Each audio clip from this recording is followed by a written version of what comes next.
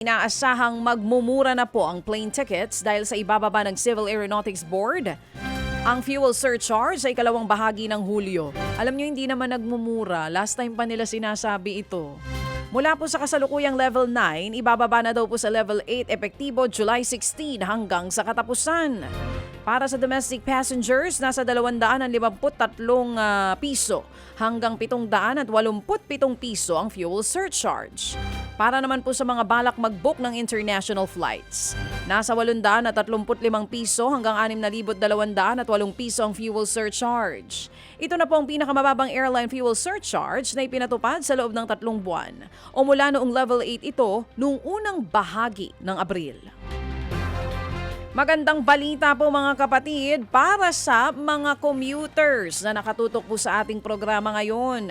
Pwede nang gumamit ng credit card, debit card at QR codes para sa inyong mga pamasahe sa LRT2. Grabe no, late na late tayo. Sa ibang mga bansa sa Asia, matagal na to.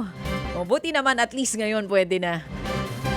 Inilunsad po ng DOTR ang automated fare collection sa LRT2 para maiwasan na nga po ang mahahabang pila para sa ticket at mapabilis ang biyahe ng mga pasahero.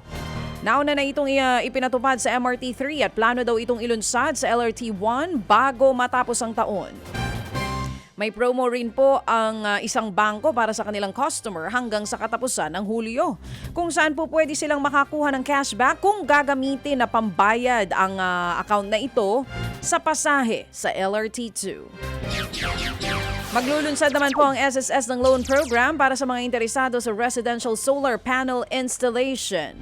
Bubuksan ng SSS ang Energy Sustainability Loan bago po matapos ang taon sa unang bahagi ng 2027.